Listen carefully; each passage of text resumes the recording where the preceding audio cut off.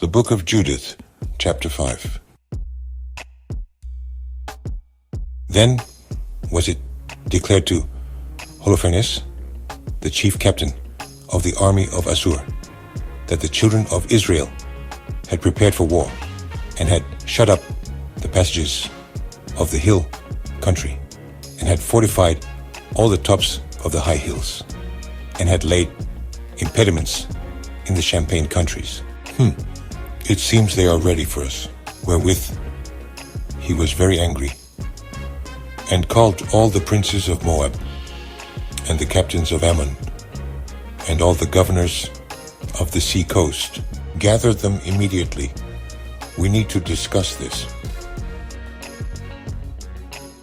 And he said unto them, Tell me now, ye sons of Chanaan, who this people is, that dwelleth in the hill country, and what are the cities that they inhabit?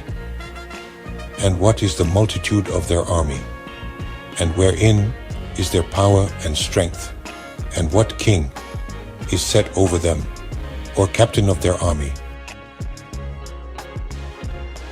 And why have they determined not to come and meet me more than all the inhabitants of the west? Then said Achior, the captain of all the sons of Ammon, Let my lord now hear a word from the mouth of thy servant, and I will declare unto thee the truth concerning this people, which dwelleth near thee, and inhabiteth the hill countries. And there shall no lie come out of the mouth of thy servant. This people are descended of the Chaldeans, and they sojourned heretofore in Mesopotamia, because they would not follow the gods of their fathers, which were in the land of Chaldea. For they left the way of their ancestors, and worshipped the God of heaven, the God whom they knew.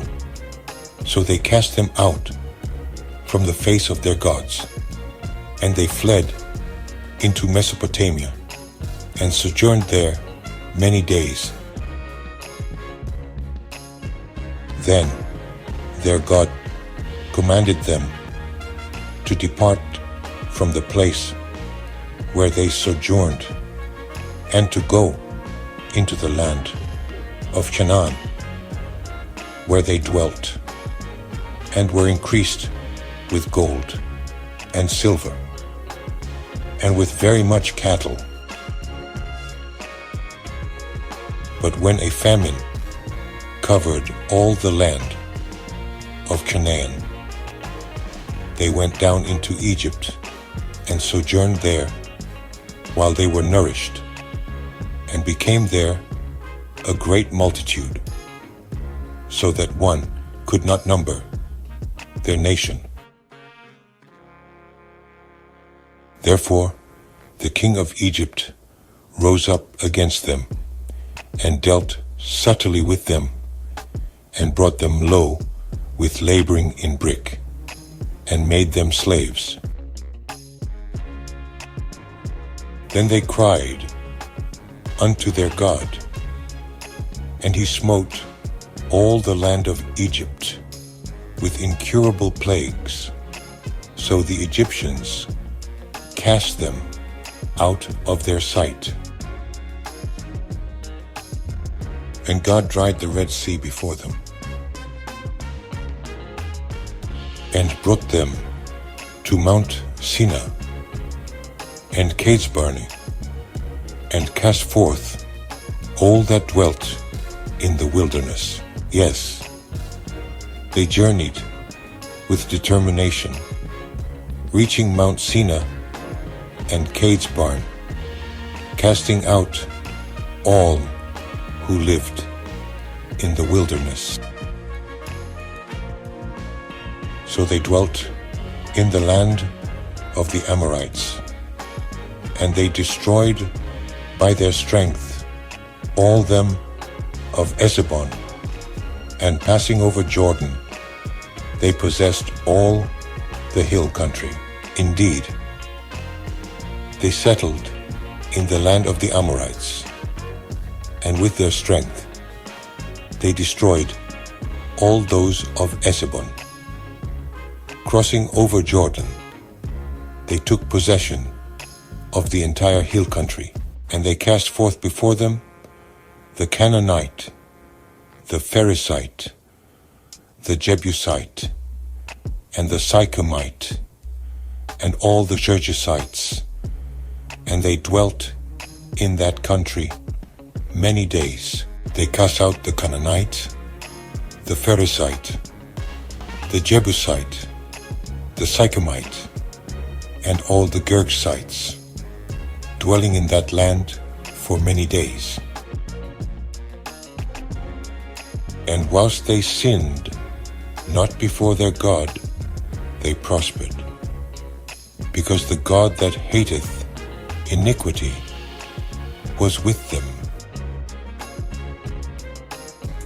But when they departed from the way which he appointed them, they were destroyed in many battles very sore, and were led captives into a land that was not theirs, and the temple of their God was cast to the ground, and their cities were taken by the enemies.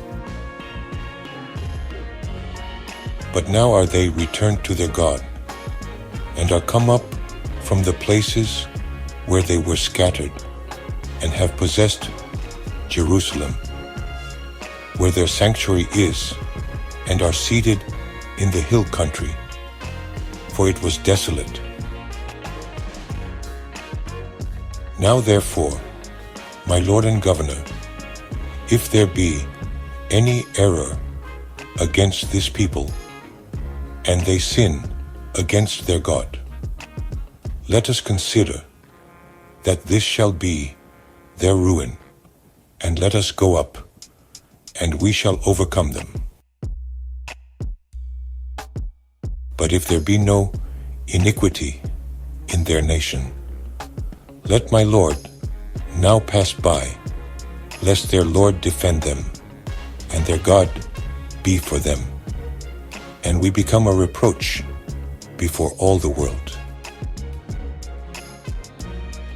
And when Achior had finished these sayings, all the people standing round about the tent murmured, and the chief men of Holofernes, and all that dwelt by the seaside, and in Moab, spake that he should kill him. For, say they, we will not be afraid of the face of the children of Israel. For lo, it is a people that have no strength nor power for a strong battle. Now therefore, Lord Holofernes, we will go up, and they shall be a prey to be devoured of all thine army.